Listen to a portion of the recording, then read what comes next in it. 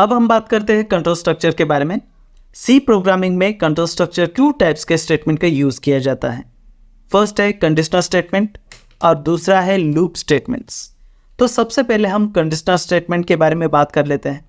Conditional statement में 5 types होते हैं, जिसमें फर्स्ट है इफ, दूसरा है इफ एल्स, तीसरा है नेस्टेड इफ, चौथा है इफ एल्स इफ और पांचवा है स्विच के स्टेटमेंट। लेकिन हम इन्हें अलग अलग जगह यूज़ करते हैं as per the requirement of the program की जैसी ज़रूरत है वहाँ पे उसका यूज़ किया जाता है। लेकिन इसमें सबसे पहली बात यह है कि हम जो ऑपरेटर 8 टाइप्स के ऑपरेटर देख रहे थे, उसमें रिलेशनल ऑपरेटर जो होते हैं, इन ऑपरेटर्स का यूज़ किया जाता है, जैसे कि equal to, greater than, less than, not equal to, greater than equal to, less than और इक्वल टू। इन सारे सिंबल्स का यूज़ किया जाता है, इन सारे ऑपरेटर्स का यूज़ वहाँ पे होता है। तो सबसे पहले हम बात करते हैं इफ स्टेटमेंट के बारे में। तो इफ स्टेटमेंट में ये लिखने का जो सिंटैक्स है सी प्रोग्रामिंग में कुछ इस तरह से लिखा जाता है। पहले इफ एक कीवर्ड है जिसे यूज़ किया जाता है, और यहाँ पे ओपनिंग पैरेंथेसिस और क्लोजिंग पैरेंथेसिस के बीच में कंडीशन होती है, जो हम रिलेशनल ऑपरेटर यूज़ करके कंडीशन वहाँ पे लिखते हैं। ये ब्लॉक हम लिख सकते हैं। ब्लॉक लिखने की ज़रूरत होती है, नहीं भी होती है। मोर देन 1 लाइन है स्टेटमेंट्स, तो वहाँ पे हम ब्लॉक लिखते हैं। अगर एक ही लाइन है तो वहाँ पे ब्लॉक नहीं लिखते। अगर ये कंडीशन ट्रू है, मतलब जो भी कंडीशन देते हैं उसके 2 ही मायने होते हैं, एक तो ट्रू है या तो फॉल्स है। तो यहाँ पे जो कंडीशन दे रखी है वो ट्रू है, तब ही जाके स्टेटमेंट को एग्जीक्यूट करेगा। तो आपको जो कंडीशन आपने जैसी लिखी है उसके अकॉर्डिंग ही आपको स्टेटमेंट लिखना होता है। मान लीजिए कि आप एज्यूम करके चलते हैं कि ये कंडीशन ट्रू है और उसके अकॉर्डिंग ही आप स्टेटमेंट को लिखते हैं, यानी कंडीशन ट्रू हो गया तो स्टेटमेंट ऑटोमेटिकली एग्जीक्यूट हो जाएगा। तो ये प्रैक्टिकली देखते हैं। यहाँ पे प्रोग्राम का स्ट्रक्चर पहले से लिखा हुआ है।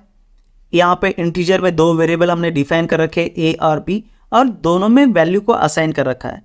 अभी यहाँ पे हमें ये प्रूव कराना है कि कौन सा नंबर पड़ा है, मतलब ए की वैल्यू लार्जेस्ट है या बी की वैल्यू लार्जेस्ट है। तो इसके लिए हम यहाँ पे इस तरह से लिखेंगे इफ, और यहाँ पे ए लेस दैन बी इस तरह से लिखेंगे, और वैसा ही यहाँ पे स्टेटमेंट लिखना होगा हमें। तो स्टेटमेंट लिखने के लिए हम ओपनिंग करली ब्रास, क्लोजिंग करली ब्रास इस तरह से ब्लॉक लिख सकते हैं, या आप सिंगल ही लाइन लिखने वाले हैं तो ब्लॉक लिखने की ज़रूरत नहीं पड़ेगी। तो मैं पहले एक लाइन लिख लेता हूँ, printf। यहाँ पे लिखेंगे a is less than b। इस तरह से हमने एक आर्गुमेंट वहाँ पे लिख दिया है अकॉर्डिंग टू जैसे हमने यहाँ पे कंडीशन दिया है वैसे ही यहाँ पे लिखा हुआ है। सेमीकोलन देते हैं, और जब हम इसे कंपाइल कर रहे होते हैं तो कोई एरर नहीं है। रन करेंगे तो ये यहाँ पे आउटपुट आपको शो करा देगा a is less than b। लेकिन यहाँ पे मतलब यहाँ पे हमने ग्रेटर देन लिखा, a is greater than b इस तरह से, लेकिन ये स्टेटमेंट वैसे ही लिखा a is less than b। तो अभी यहाँ पे क्या हुआ, ये कंडीशन तो ट्रू हो जाएगा क्योंकि दोनों नंबर्स हमें पता है b इज़ लार्जेस्ट है, और यहाँ पे कंडीशन में हमने a को लार्जेस्ट दिखाया है, और लिखते वक्त हमने लिखा है a is less than b, यानी b को ही यहाँ पे बड़ा दिखा है। तो ये कंडीशन जो है ये फॉल्स हो जाएगा। तो फॉल्स होने के बाद भी ये प्रिंट करता है या नहीं भी, वो हम चेक करते हैं। मतलब आप यहाँ पे जो भी लिखेंगे नहीं लिखेंगे, क्योंकि आपको इसके अकॉर्डिंग ही लिखना होता है, लेकिन फिर भी हमने गलत लिखा है। तो हम इसे कंपाइल करते हैं, रन करते हैं, तो यहाँ पे कोई आउटपुट आपको शो नहीं करेगा, क्योंकि कंडीशन फॉल्स होने के बाद यहाँ पे ये स्टेटमेंट को प्रिंट नहीं करेगा। If condition is true then statement will be execute, यही इसका डेफिनेशन है। अगर यहाँ पे कंडीशन फॉल्स है तो स्टेटमेंट एग्जीक्यूट नहीं होगा। आप यहाँ पे करेक्ट लिखेंगे। फॉर एग्जांपल मैं यहाँ पे लिखता हूँ b is less than a, इस तरह से लिखा, यानी इसके मायने इसके हिसाब से ही हमने लिखा है, लेकिन अकॉर्डिंग टू यहाँ पे a और b का वैल्यू अगर हम कंपेयर करें तो हमें ये फॉल्स लगेगा ही, क्योंकि कंडीशन फॉल्स हो रहा है।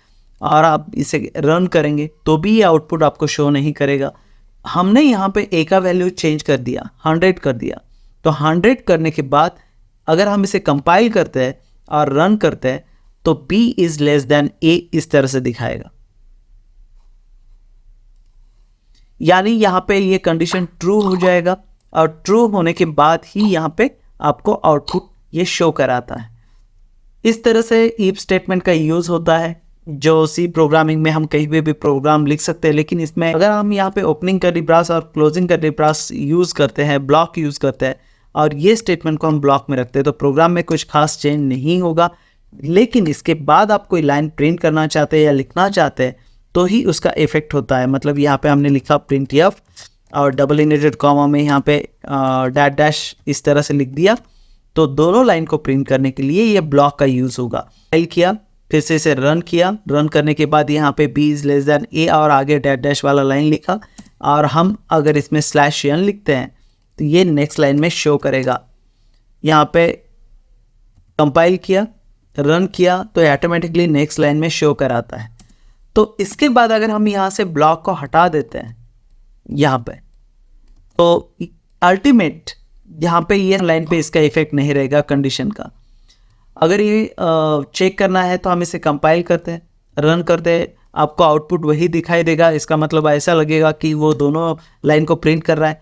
लेकिन यहाँ पे जैसे ही हम कंडीशन को फॉल्स करते हैं तो कंपाइल करने के बाद रन करेंगे तो आपको खाली डैश डैश वाला लाइन ही प्रिंट करेगा।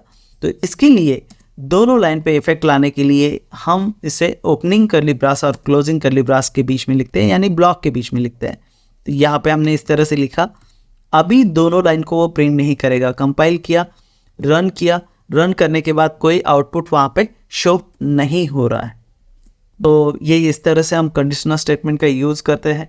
आगे हम इफ स्टेटमेंट को और एग्जांपल से समझने की कोशिश करते हैं। यहाँ पे एक क्वेश्चन दिया हुआ है, write a program in C to find given number is even और नॉट। मतलब जो इनपुट आप देने वाले हैं वो आपका नंबर इवन है या नहीं है। मतलब यहाँ पे हमें एक वेरिएबल डिक्लेयर करना पड़ेगा, तो हमने वेरिएबल डिक्लेयर कर दिया है। ये प्रोग्राम को मैं यहाँ से क्लियर कर लेता हूँ। वेरिएबल को हम n देते हैं क्योंकि नंबर वहाँ पे देना है इनपुट। तो फिर से हमें यूज़र से इनपुट लेना है, तो यहाँ पे लिखेंगे इंटर नंबर इक्वल दिया, सेमी कोलन यहाँ पे लिखा। इसके बाद हम लिखते हैं स्कैनफ %d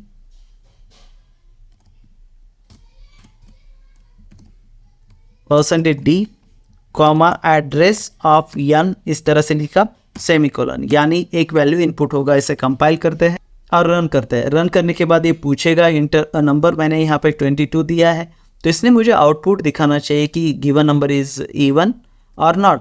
तो जो भी अभी यहाँ पे इनपुट तो ले लिया है, मतलब कंपाइल करने के बाद प्रॉपरली इनपुट हो रहा है नंबर।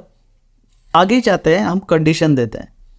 अभी यहाँ पे कंडीशन में हमें देना पड़ेगा जो भी है, n मॉडुला 2 इक्वल 0, यानी हमने यहाँ पे देखिए दो सिंबल का यूज़ किया, मॉडुला भी यूज़ किया और इक्वल टू भी यूज़ किया, जो रिलेशनल ऑपरेटर है।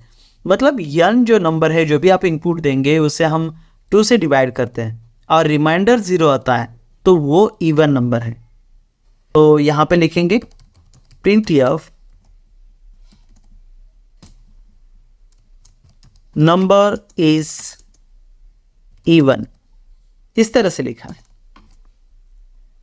तो यहाँ पे पहले हम /n दे देते हैं क्योंकि उसने प्रिंट करते वक्त नेक्स्ट लाइन में प्रिंट करना चाहिए, और यहाँ पे सेमी कोलन दे दिया है। सेमी कोलन हर बार आपको हर लाइन पे, लेकिन सेमी कोलन यहाँ पे कंडीशनल स्टेटमेंट भी यूज़ नहीं करना है।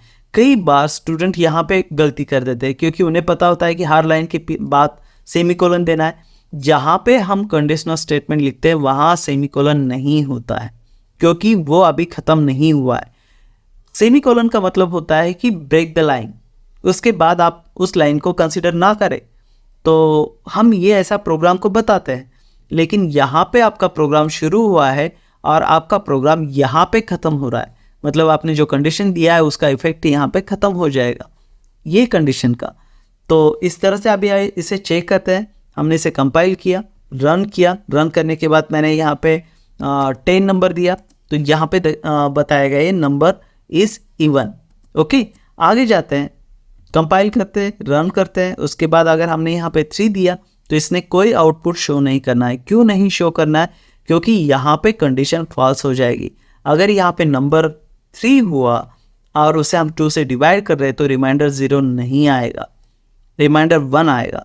तो यहाँ पे n लिखने के बाद यानी जो वेरिएबल में आपने वैल्यू डाली है, जो भी वैल्यू उसमें रहेगी उसे हर बार वो चेक करेगा और यहाँ पे स्टेटमेंट को प्रिंट करेगा।